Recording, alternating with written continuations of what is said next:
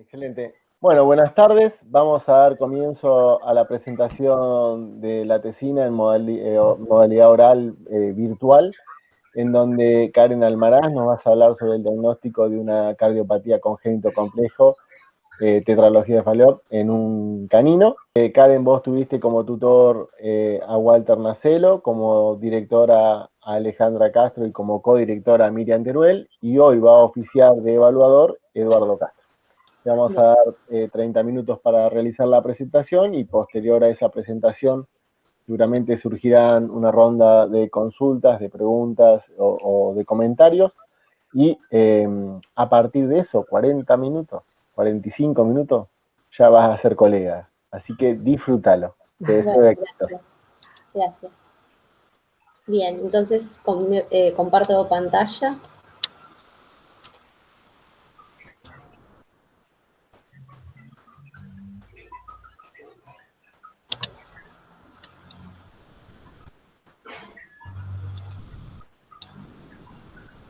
¿Ahí se ve bien? Perfecto. Perfecto. Bien, bueno. Diagnóstico de una cardiopatía congénita compleja, tetralogía de Fallot en un canino. Para iniciar la exposición, me gustaría arrancar con el objetivo de la tesina, que es realizar una descripción de la tetralogía de Fallot, indicando causas, implicancias fisiológicas y clínicas, y reportar el camino diagnóstico desarrollado y los hallazgos obtenidos en un paciente canino hembra que presentó dicha cardiopatía. La tetralogía de Fallot está compuesta básicamente por 4 elementos. A la izquierda se observa un corazón normal y a la derecha un corazón con dicha cardiopatía. Los elementos son los siguientes. En primer lugar, una gran comunicación interventricular que permite un flujo sanguíneo no restrictivo, una estenosis pulmonar que puede estar tanto en el plano valvular como en el plano infundibular, dextraposición de la arteria aorta, la cual se ubica en dorsal a la región del septo interventricular y recibe sangre de ambos ventrículos, y por último, una hipertrofia del ventrículo derecho que es secundaria a sobrecarga de presión debido a la estenosis pulmonar. Estas son imágenes de preparados anatómicos en las cuales se puede observar específicamente cada uno de estos elementos. En primer lugar, una comunicación interventricular inmediatamente ventral a la raíz aórtica. En esta otra imagen se visualiza la estenosis pulmonar, en la cual existe un anillo fibrótico y falta de desarrollo de la válvula. Esta otra imagen muestra cómo la arteria aorta se encuentra desplazada, ubicándose en dorsal a la comunicación interventricular. Esta imagen lo que busca mostrar es la relación que existe entre el tamaño del tronco pulmonar y la arteria aorta, que generalmente se encuentra dilatada. Y por último, el grosor de la pared libre del ventrículo derecho, que debido a la hipertrofia concéntrica se encuentra engrosado. En cuanto a la prevalencia global de las cardiopatías congénitas, es de 27 por 4.000, y particularmente de la tetralogía de Fallot es de un 1 por 4.000. En Argentina se estima que hay un caso de esta cardiopatía por cada 1.500 casos cardiológicos por año. Sin embargo, es posible que el número real de casos esté subestimado debido a que la mayoría de los animales que están afectados de gravedad mueren incluso antes de poder ser examinados por un veterinario. Y si bien esta cardiopatía es poco frecuente en el canino, es la más habitual entre aquellas que producen cianosis en el perro. Es importante resaltar el rol que juega la cardiogénesis en esta cardiopatía. El corazón adulto básicamente es un vaso sanguíneo modificado y los requerimientos metabólicos lo llevan a que comience a latir, lo obligan a que comience a latir desde el principio de su desarrollo. Los primeros días, los requerimientos nutritivos del embrión se satisfacen por difusión y a las 2 semanas en la especie canina comienza el desarrollo del sistema circulatorio.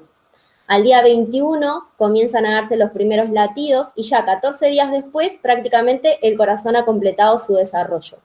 Lo importante de esto es que en este breve periodo cualquier alteración o conclusión inadecuada que se produzca va a dar lugar a la aparición de cardiopatías congénitas, que estas pueden manifestarse ya sea a corto plazo, a mediano o largo plazo o que directamente sean hallazgos sin sintomatología evidente. La cardiogénesis transita por diferentes fases. En un primer momento, el esbozo cardíaco está compuesto por un grupo de células mesenquimatosas derivadas del mesodermo visceral esplácnico que conforman el mesodermo cardiogénico o placas cardiógenas, que luego se conglomeran formando dos cordones de células angiotélicas. Estos cordones se ahuecan formando dos tubos y luego se fusionan para dar lugar a un corazón tubular simple. El epitelio que conforma los tubos angiotélicos va a dar lugar al endocardio y las dos capas restantes, el miocardio y el epicardio, van a estar dadas por el mesénquima de los tubos. Luego, por dilataciones que se producen en el interior del corazón primitivo, que están dadas tanto por la presión de la sangre como por el latido cardíaco, van a dar lugar a las diferentes cámaras y los dispositivos valvulares. Estas imágenes corresponden a cortes del saco embrionario, donde a la izquierda se puede observar cómo, en un primer momento, el corazón se desarrolla fuera del cuerpo embrionario, en craneal al pliegue cefálico. Pero luego, debido al crecimiento de las vesículas encefálicas y al progresivo pliegue cefálico, ubica una posición más hacia caudo ventral, primero por la región cervical, hasta que se ubica en el interior de la cavidad torácica. Se diferencian 7 regiones cardíacas primitivas. 6 de las 7 se encuentran ilustradas en esta imagen. La que falta es el seno venoso, que es debido a que toma una posición caudo-ventral, no se llega a observar. Tanto el saco aórtico como el tronco arterioso y el cono cardíaco, por procesos de septación, que si bien son independientes, deben confluir, se van a formar la arteria aorta, el tronco pulmonar, el tracto de salida del ventrículo izquierdo, el infundíbulo del ventrículo derecho, las válvulas aórtica y pulmonar y el septo membranoso, que es indispensable para que se produzca el cierre de la comunicación interventricular. Cualquier alteración que se produzca en la migración de las células de la cresta neural sobre el día 22 de gestación va a dar lugar a cardiopatías conotroncales, en las cuales se da una alteración tanto del tracto de salida como de los grandes vasos y una persistencia de la comunicación interventricular. Dentro de este grupo se ubica la tetralogía de Fallot, y lo que ocurre es que el tabique conotroncal, que forma la porción dorsal del tabique interventricular, es muy craneal. Por lo tanto, se produce un mal alineamiento con la porción ventral, que es el tabique trabecular, y por esto persiste la comunicación entre ambos ventrículos. La embriología y la heredabilidad de la enfermedad se ha estudiado ampliamente en la raza Quillon, en la cual se comporta como un rasgo autosómico recesivo de expresión variable. A su vez, el hecho de que persistan 4 anomalías congénitas simultáneamente y que esto sea relativamente habitual, es sugestivo de que parten de una única alteración primaria. También se ha estudiado en diversas razas que parecen tener cierta predisposición a la enfermedad. Estas corresponden a 2 vistas de la superficie cardíaca una vez que se ha retirado el pericardio, tanto la vista lateral izquierda como la vista lateral derecha, y nos permite observar la posición que adopta el corazón dentro de la cavidad torácica. En primer lugar, el corazón, es importante destacar que constituye el órgano central del sistema cardiovascular. Está formado por 4 cámaras, 2 que son cámaras previas o atrios, que con sus respectivas aurículas, las cuales rodean al inicio de los grandes vasos, y 2 cámaras principales o ventrículos. Hacia craneal, en los animales jóvenes, el corazón está relacionado con el timo. Hacia ventral se apoya sobre el tejido que circunda las esternebras. Hacia caudal se encuentra en relación con el diafragma, principalmente el ventrículo izquierdo, y hacia dorsal se encuentra en relación con el arco aórtico, la primera porción de la aorta descendente, la tráquea, los bronquios principales, el esófago y los linfonodos. Cabe aclarar que prácticamente todo el corazón se encuentra rodeado por los pulmones.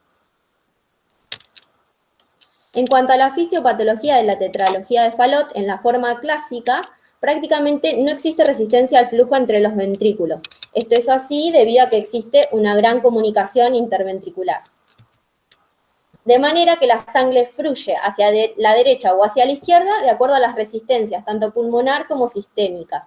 Debido a que en la forma clásica la estenosis pulmonar es grave, la resistencia pulmonar va a ser mayor a la sistémica, lo cual va a determinar que la sangre fluya del ventrículo derecho a la arteria aorta, es decir, que se va a producir un flujo de derecha a izquierda en el que se va a bombear sangre venosa a la circulación sistémica y de esta manera se va a mezclar sangre con presiones parciales de oxígeno altas y bajas.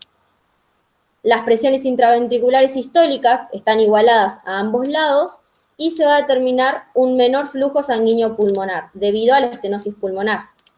Esto conlleva una disminución del retorno venoso al lado izquierdo del corazón, se reduce el volumen de latido, hay menor volumen de sangre oxigenada que alcanza la circulación sistémica y esto deriva en hipoxia. La gravedad de la hipoxia va a determinar la cantidad de sangre que atraviesa la comunicación interventricular. Entonces, es un medio preciso y específico para determinar la gravedad de la comunicación interventricular. Si la hipoxia es muy intensa, es decir, que existe ya cianosis en reposo, la policitemia es una consecuencia frecuente. En cuanto a las consecuencias fisiológicas de la enfermedad, están dadas prácticamente por dos variables. Por un lado, el grado de estenosis pulmonar y por el otro, la resistencia vascular sistémica. La lateralización de la arteria aorta, si bien proporciona información que es sustancial para la embriología y debe considerarse de vista a una cirugía, no es hemodinámicamente significativa. Es decir, que las consecuencias van a depender principalmente de la estenosis pulmonar y de la comunicación interventricular. Cabe aclarar que el ejercicio exacerba las comunicaciones de derecha a izquierda. Esto está dado porque se produce una vasodilatación en los lechos vasculares musculoesqueléticos y una disminución de la resistencia vascular sistémica. Esto, junto con una resistencia pulmonar que no varía debido a la estenosis pulmonar, va a aumentar el paso de sangre de derecha a izquierda. Por lo tanto, se agrava la hipoxia y se evidencia con el signo de cianosis. El comportamiento de la enfermedad está dado básicamente por la magnitud del defecto que predomina, y a partir de ahí se generan diversas variantes. En primer lugar, encontramos la tetralogía de Fallot rosada o cianógena. Esta está dada por una comunicación interventricular que es amplia y no restrictiva, pero la estenosis pulmonar es leve, es decir, que se produce una derivación de izquierda a derecha. En el caso de la tetralogía de Fallot cianótica, si bien existe una comunicación interventricular amplia y no restrictiva, la estenosis pulmonar es grave y esto es lo que determina que la comunicación sea de derecha a izquierda. En el caso de la tetralogía de Fallot cianógena, sin embargo, esto no significa que no pueda progresar, porque se puede producir un hiperflujo pulmonar que derive en una hipertensión pulmonar. Por último, la tetralogía de Fallot balanceada está principalmente dirigida a aquellos animales que recibieron alguna intervención quirúrgica para disminuir los signos de la enfermedad. Existen variedad de defectos congénitos que pueden estar asociados a la tetralogía de Fallot, pero me interesa hacer hincapié principalmente en aquellos que son defectos congénitos cardíacos. La persistencia del conducto arterioso asociada a la tetralogía de Fallot o los defectos del septo interatrial, que pueden estar dados tanto por una comunicación interatrial per se como por un foramen oval permeable, y la persistencia del arco aórtico, van a dar lugar a una patología que suele recibir el nombre de pentalogía de Fallot, es decir, se suma un quinto componente. Esta imagen me parece interesante mostrarla, porque si bien la cianosis que se observa a nivel de la lengua de este animal no es extrema, es decir, es una cianosis ligera, corresponde a un caso real, extraído de un libro, de un paciente que presentaba tetralogía de Fallot. Los animales que presentan esta enfermedad generalmente son jóvenes, con edades comprendidas entre los 2 y los 12 meses, casi todos son de raza, pueden presentar episodios de disnea, esta puede darse tanto en reposo como durante la actividad. La intolerancia al ejercicio es frecuente. La cianosis tiene una distribución simétrica y generalmente son pacientes que no responden tras la oxigenoterapia y puede ser también tanto continua como presentar ciertos episodios y puede derivar en un síncope o en convulsiones, resultado de la policitemia. A la exploración física se suele ocultar un soplo holosistólico, generalmente de alto grado, y se debe a la estenosis pulmonar. Debido a que el flujo a través de la comunicación interventricular es lento y laminar, no suele producir un soplo audible. El soplo correspondiente a la estenosis pulmonar se ausculta sobre el tercer espacio intercostal sobre el lado izquierdo del corazón. Puede observarse pulso yugular y un tremor precordial a la palpación, también debido a la estenosis, sobre el tercer espacio intercostal izquierdo cerca de la unión costocondral. Los métodos complementarios de exploración que pueden utilizarse son variados. Los voy a desarrollar de más específicos a menos específicos. En primer lugar, la cateterización cardíaca ha caído bastante en desuso, principalmente en medicina veterinaria, desde el advenimiento de la ecocardiografía, que es una herramienta diagnóstica no invasiva, pero de todas maneras está descripta. En este caso, al colocar dos catéteres, uno en el ventrículo derecho y otro en el ventrículo izquierdo, se puede observar equilibrio entre las presiones sistólicas, lo cual se corresponde con la comunicación interventricular amplia. También puede realizarse la inyección de un contraste radiopaco y al inyectarse sobre el ventrículo derecho, perfila tanto al ventrículo derecho como a la arteria aorta y a la arteria pulmonar. Y de esta manera se confirma la derivación derecha-izquierda. Por otro lado, también puede realizarse el traslado del catéter del ventrículo derecho al ventrículo izquierdo y o a la arteria aorta, de manera que se estaría confirmando la comunicación interventricular. Siempre están indicados los anticoagulantes ante este procedimiento con heparina, tanto durante como inmediatamente después se está previniendo la embolización cerebral. Estas dos imágenes corresponden también a un caso real de un paciente que presentaba tetralogía de Fallot, en el cual se puede visualizar los catéteres y la inyección de un contraste radiopaco. La ecocardiografía en el modo bidimensional permite determinar los 4 elementos que conforman la tetralogía de Fallot y particularmente el Doppler permite determinar la magnitud y la dirección de la derivación. En un corte parasternal derecho de eje largo se puede observar la comunicación interventricular y la aorta desplazada hacia la derecha, ubicándose inmediatamente en dorsal al defecto. Y a la derecha se observa una ecocardiografía de contraste que es producto de agitar vigorosamente una solución fisiológica e inyectarse en una vena periférica. Al alcanzar el ventrículo derecho, los puntos brillantes que corresponden a microburbujas atraviesan la comunicación interventricular y pueden pasar tanto hacia el ventrículo izquierdo como hacia la aorta. En un corte paraesternal derecho, de eje corto, se visualiza el grado de engrosamiento de la pared libre del ventrículo derecho, que incluso supera el grosor de la pared libre del ventrículo izquierdo, cuando en realidad debería representar 1/3. En esta otra imagen se visualiza la comunicación interventricular nuevamente y inmediatamente dorsal la raíz aórtica y en medial a la válvula tricúspide, la comunicación.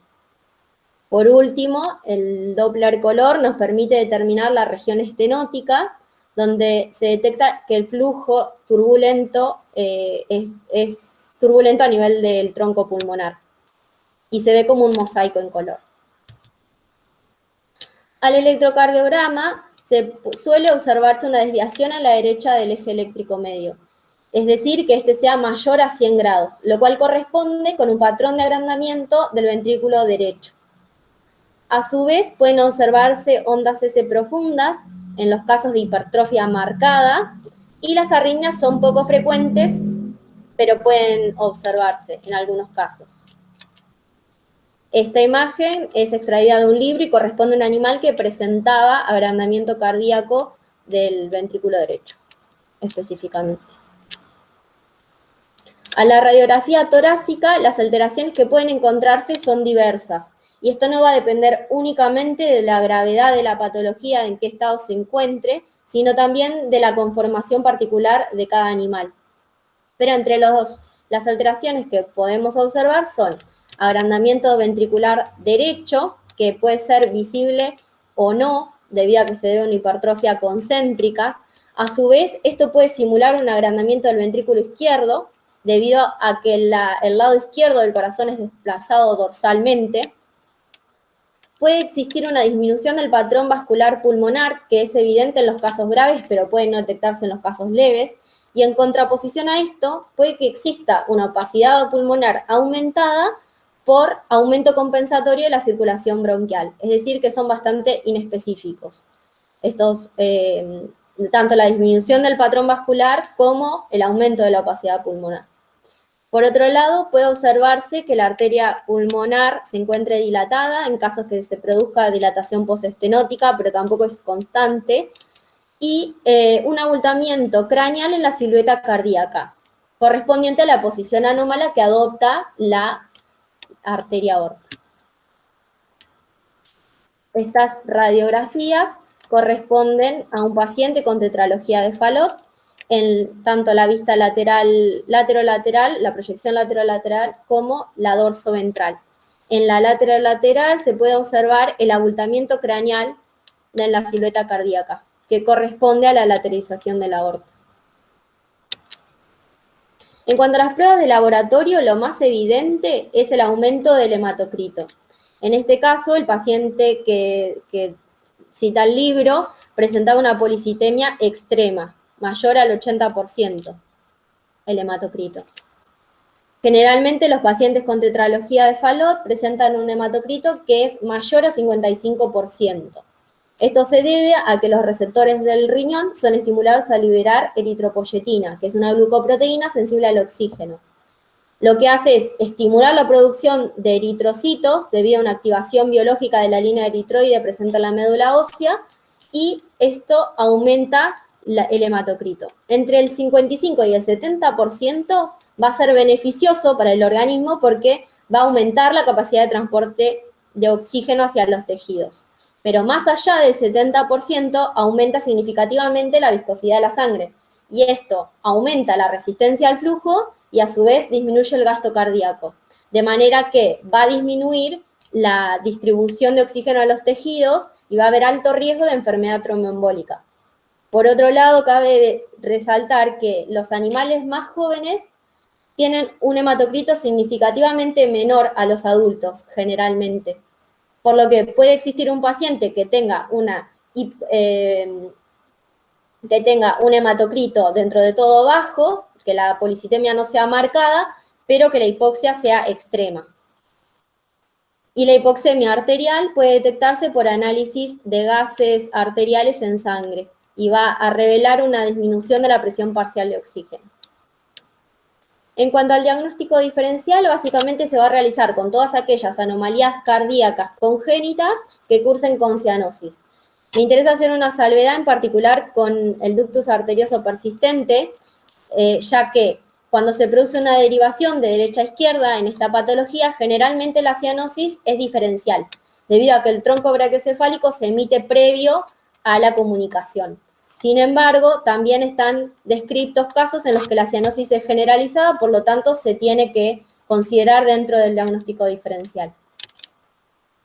Ni los tiempos de supervivencia ni la evolución individual han sido bien caracterizados en el perro, de manera que el manejo, ya sea médico o quirúrgico, se va a basar en el estado en que se encuentre la patología y en la sintomatología del animal.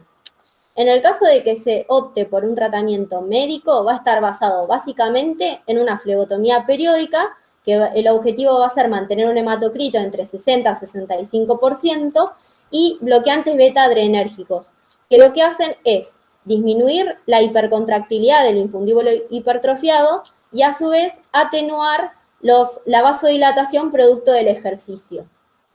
Dentro de estas alternativas encontramos el propanolol y el atenolol, y pueden ser utilizados tanto para episodios agudos de hipoxia como administrarse a largo plazo para controlar que no se produzcan estos episodios. Y siempre la restricción al ejercicio va a estar indicada porque agrava las comunicaciones de derecha a izquierda. En cuanto al tratamiento quirúrgico, existen varias técnicas que están descritas. Sin embargo, en cuanto a la terapia de intervención, que consiste únicamente en en corregir la estenosis pulmonar, los resultados han sido variables. Esto que se debe a que, si bien aumenta el flujo sanguíneo pulmonar y disminuye la derivación de derecha a izquierda, se produce una comunicación de izquierda a derecha debido a que la comunicación interventricular persiste. Entonces esto en un futuro puede dar lugar a una insuficiencia cardíaca congestiva izquierda. La cirugía correctiva, que consiste en corregir tanto la comunicación interventricular como la estenosis pulmonar, es una cirugía costosa que se realiza a corazón abierto con bypass cardiopulmonar. Se han detectado malos resultados en la mayoría de los casos reportados y estos a su vez son muy pocos, por lo cual es poco práctica y no suele utilizarse. Y la cirugía paliativa es la más indicada por su factibilidad y por los buenos resultados. Lo que se hace es crear una comunicación de izquierda a derecha en distal al defecto cianótico. Esto lo que produce es que parte de la sangre que pasa a través de la comunicación interventricular retoma la arteria pulmonar y esto aumenta no solo el flujo pulmonar, sino también el retorno venoso. Y es beneficioso en los animales que poseen sintomatologías de la enfermedad. Lo que se crea entonces es una anastomosis sistémico-pulmonar y de acuerdo al nivel en el que se haga, va a recibir diferentes nombres.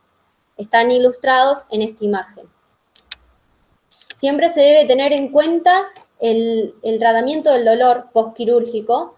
En general se utilizan anestésicos locales y opiáceos sistémicos, y los antibióticos perioperatorios siempre están indicados cuando la cirugía cardíaca lleva más allá de 90 minutos. Generalmente lo que se utiliza son cefalosporinas intravenosas. En esta imagen se muestra la técnica de Blalock-Taussig modificada una vez que ya había finalizado la cirugía. Y siempre tener en cuenta que cuando el animal posea una arritmia con significancia hemodinámica y tenga policitemia grave, se va a tener que realizar previamente una estabilización del paciente. En cuanto al pronóstico de la enfermedad, básicamente se divide en dos categorías.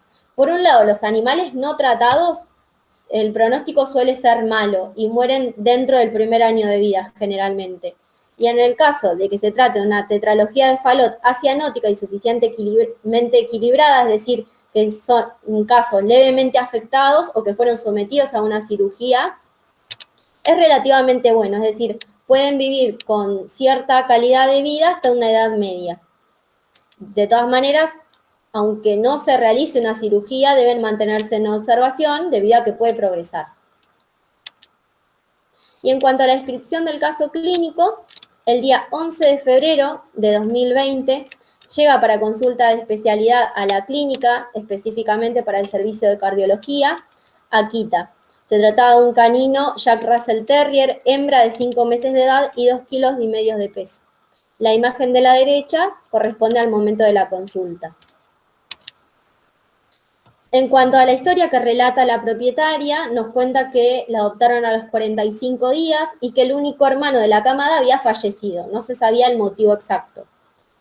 Y el motivo de consulta fueron los repetidos episodios de respiración abdominal. El veterinario de cabecera realizó un examen clínico y detectó un soplo, por lo que indicó una ecocardiografía bidimensional, a partir de la cual se sospecha de estenosis pulmonar, y lo deriva a una consulta de especialidad. Nos cuenta también que hace más de 20 días presentó un episodio de síncope y que el día 31 de enero había sido internada por vómitos y diarrea con diagnóstico presuntivo de pancreatitis y que había permanecido hospitalizada por hipoglucemia e hipotermia.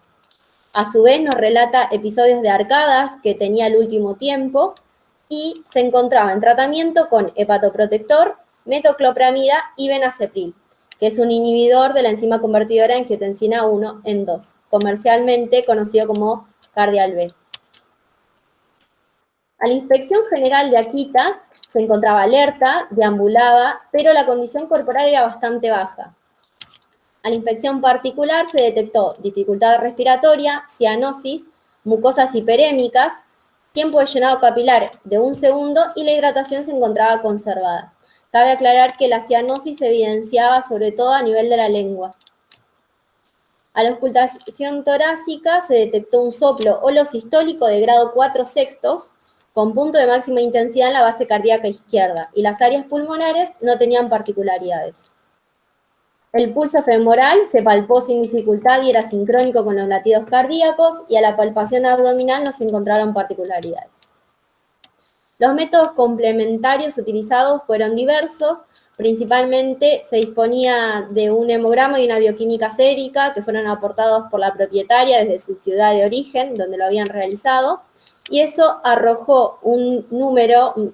El hematocrito se encontraba en 66% y el recuento de glóbulos rojos estaba aumentado, lo cual es sugestivo, junto con los signos que presentaba la paciente, de una eritrocitosis marcada. Si bien existen alteración de otros de los parámetros del análisis sanguíneo, estos no están directamente correlacionados con la enfermedad en cuestión.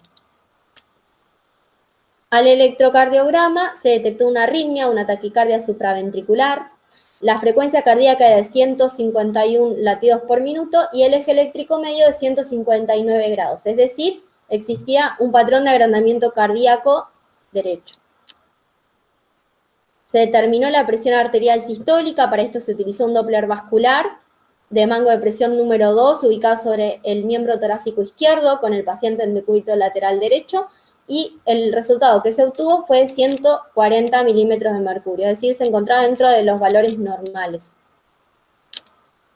Al ecocardiograma, sobre un corte a nivel de las cuerdas tendinosas en eje corto, del lado izquierdo observamos un modo bidimensional y del lado derecho un modo M, se observó que existía un engrosamiento de la pared libre del ventrículo derecho y a su vez un movimiento plano o paradójico del septo interventricular.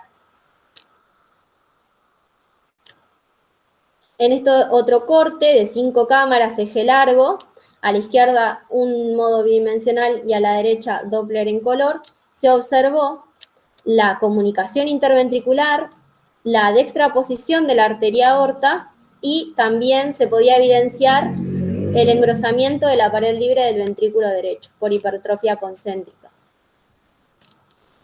Y el Doppler color lo que hace es determinar la magnitud y la dirección de la derivación. Por último, en estos cortes de Doppler color, eje largos de 4 cámaras, se observó a la izquierda nuevamente la comunicación interventricular y a la derecha un hallazgo ecocardiográfico compatible con una comunicación interatrial. Como tratamiento médico se indicó atenolol con posibilidad de modificación de la posología y se derivó a un cirujano especialista en cirugía cardiovascular para evaluar la posibilidad de un tratamiento quirúrgico, pero lamentablemente a las pocas semanas después de la consulta de especialidad la paciente falleció.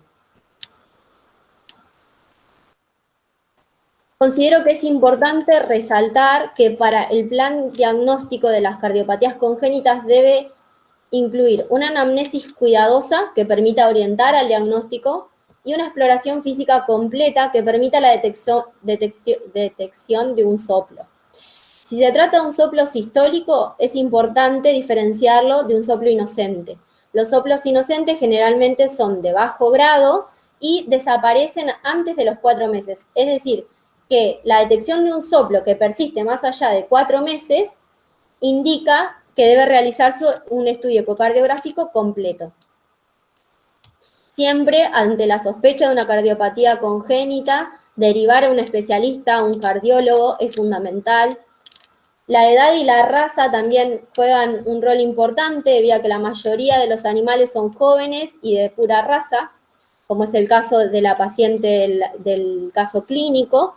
Sin embargo, también se han diagnosticado casos en animales de 2 años, en mestizos, en cruzas de razas y en otras razas que no están citadas en la bibliografía como predispuestas. En cuanto al motivo de consulta del caso clínico, fueron los repetidos episodios de respiración abdominal, y en este sentido, tanto la intolerancia al ejercicio como la disnea forman parte de la presentación clínica de la enfermedad. La tos, si bien no está citada en la bibliografía como parte de la presentación clínica de la tetralogía de Fallot, los episodios de arcadas que relata la propietaria podrían corresponderse con este signo. Y a su vez, en distintos reportes de caso lo citan dentro de la sintomatología. La cianosis puede culminar en un síncope, tal como lo relataba la propietaria, y a su vez está indicando que existe una estenosis pulmonar grave con derivación de derecha a izquierda. Y es el signo más destacado dentro de esta patología. El pulso femoral suele ser normal. Al electrocardiograma se suele detectar una desviación del eje eléctrico medio hacia la derecha, tanto en los casos reportados como fue en el caso clínico de esta tesina y en la bibliografía. Y las arritmias, si bien en la bibliografía son citadas como poco frecuentes, en este caso clínico, aquí te ha presentado una taquicardia supraventricular y a su vez en distintos reportes de caso se han encontrado, por ejemplo, marcapaso auricular errante o bloqueos de rama, asociados a la tetralogía de Fallot.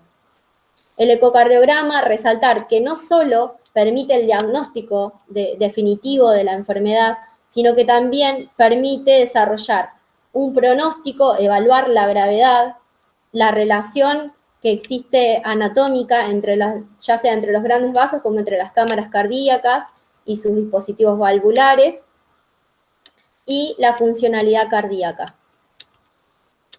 El tratamiento médico, si bien está basado en flebotomías, beta bloqueantes adrenérgicos y restricción del ejercicio, en distintos reportes de caso también se han medicado esta enfermedad con inhibidores de la enzima convertidora de angiotensina y se han indicado dietas hiposódicas.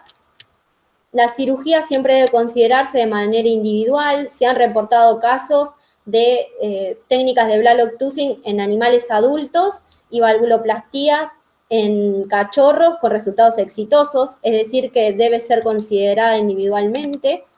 Y por último, el pronóstico, que quiero destacar que en general el pronóstico a largo plazo es desfavorable debido a que se producen lesiones hipóxicas en órganos vitales que pueden llevar a la muerte del animal. Y el distrés respiratorio excesivamente frecuente puede ser motivo de eutanasia del animal.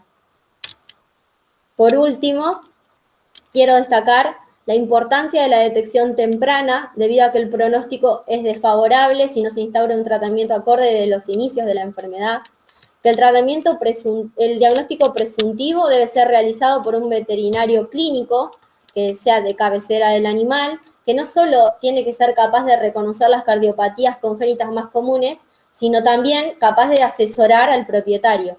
Y en este sentido debe incluir una anamnesis exhaustiva, una exploración física completa y una auscultación cuidadosa.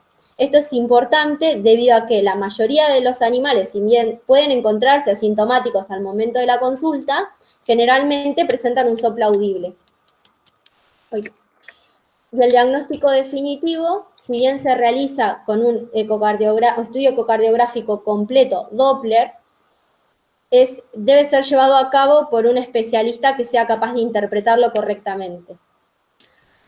Y por último, es imprescindible un control mínimamente anual desde los primeros meses de vida y especialmente si el paciente presenta un soplo a la auscultación. Ahora sí, muchas gracias.